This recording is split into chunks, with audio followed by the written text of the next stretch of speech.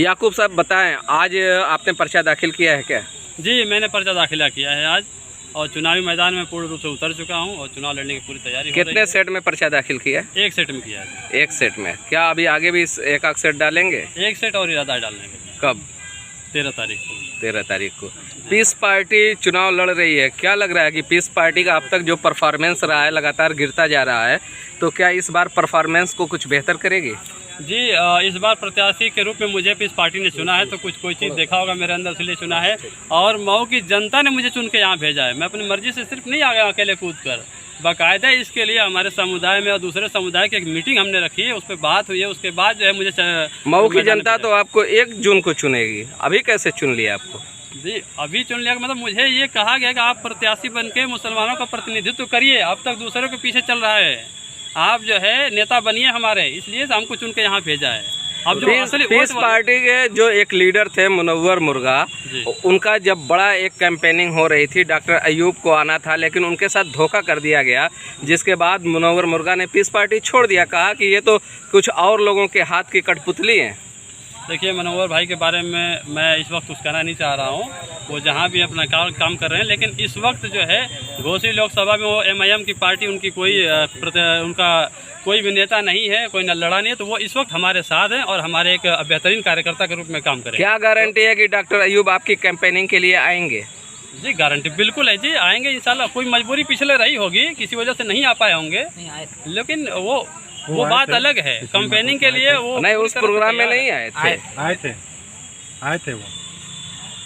उन्होंने लाने की बात कही थी असदुद्दीन ओवैसी को। वोट काटने आए हैं। यही सवाल तो सपा वाले कहेंगे काट रहे हैं, क्योंकि आप प्रत्याशी नहीं हैं, आप प्रत्याशी नहीं हैं। देखिए, ये जो वोट काटने वाली बात है ना, ये तो सवाल ही नहीं होना चाहिए। अगर वोट काटने की बात आप लोग करेंगे तो यहाँ से 20 पार्टियाँ लड़ रही हैं, ठीक है, तो 20 पार्टियाँ किसी न किसी का वोट काट रही हैं। ऐसा नहीं, सब अपनी पार्टी है और अपना वोट बनाने के लिए हम लोग आए हैं, किसी का वोट काटने के लिए नहीं आए हैं।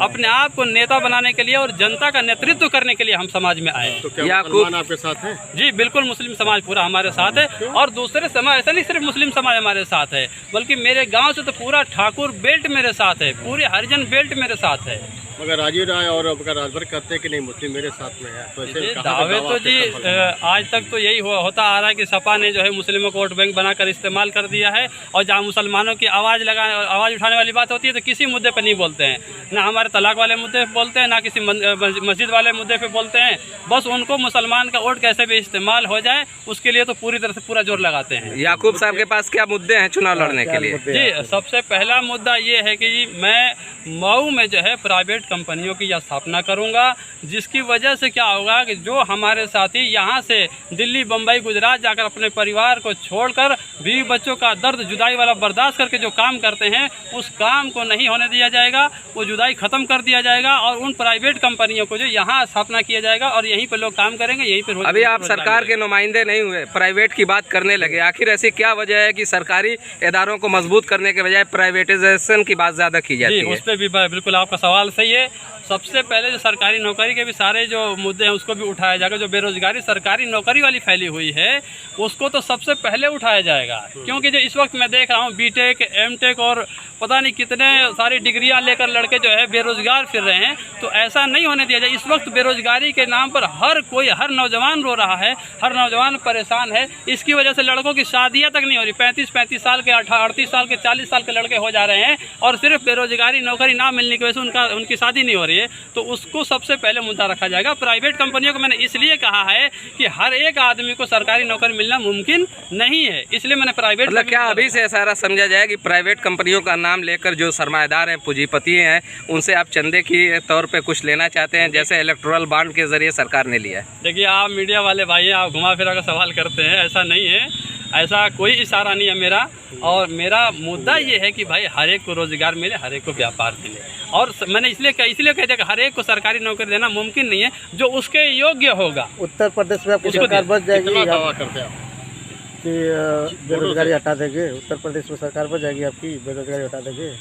जी, उत्तर प्रदेश की सरकार की मैं सिर्फ बात नहीं कर रहा हूँ, मैं तो पूरे दिल्ली के तख्त की बात कर रहा हूँ। ये तो उत्तर प्रदेश की बात तो विधानसभा है, विधानसभा होगी। लड़ाई रहेगी तब केंद्र में अगर रहेगी तो जी, केंद्र में लड़ाई की बात नहीं है। अभी तो हम जो है अपने आप को यहाँ जो है घोसी लोकसभा के लड़ने आए हैं। हाँ। जब घोसी लोकसभा में जीत जाऊंगा, जीतने की बात कर रहे हैं ऊपर, तो अगर रहेगी तो किससे लड़ाई ठीक है रहेगी? ठीक है। लड़ाई की बात तो